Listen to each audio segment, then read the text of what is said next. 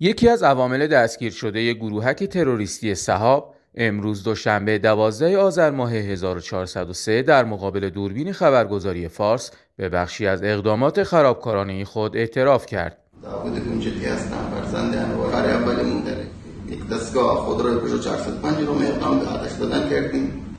اون کارم بیانیه‌اش رو صادر کرد.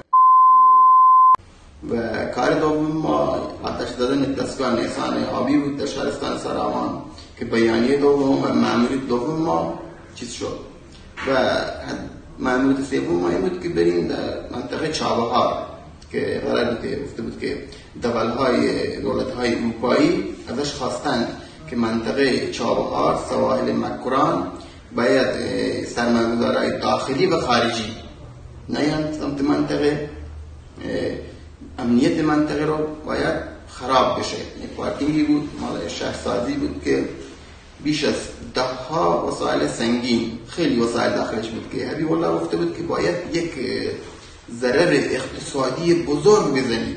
دیگه مأموریت دیگه ما داده بود که بعد مأموریت زاهدان بود که نشد دیگه بریم دیگه ما اونجا دستگیر شد. ما به جوونا اینه که از این طریق گولی افراد نخورن، امنیت جامعه شهر خودشون رو به هم نزنن. کشور ما امنیتش خیلی خوبه. تروریستی که با هدایت و سرپالی حبیب الله سربازی سرکرده گروه تجزیه طلب قومی دستگیر شدن، اقداماتی رو میخواستن در منطقه انجام بدن که این نگاه ناامنی رو در منطقه رواج بدن. نه تنها این حبیب الله سربازی به تنهایی این کار انجام نمیداد که سرویس‌های اطلاعاتی اروپا هم همراهی این فرد می‌کردن.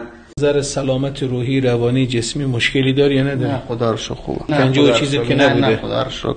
آدم با خدایی من خیلی راضیم.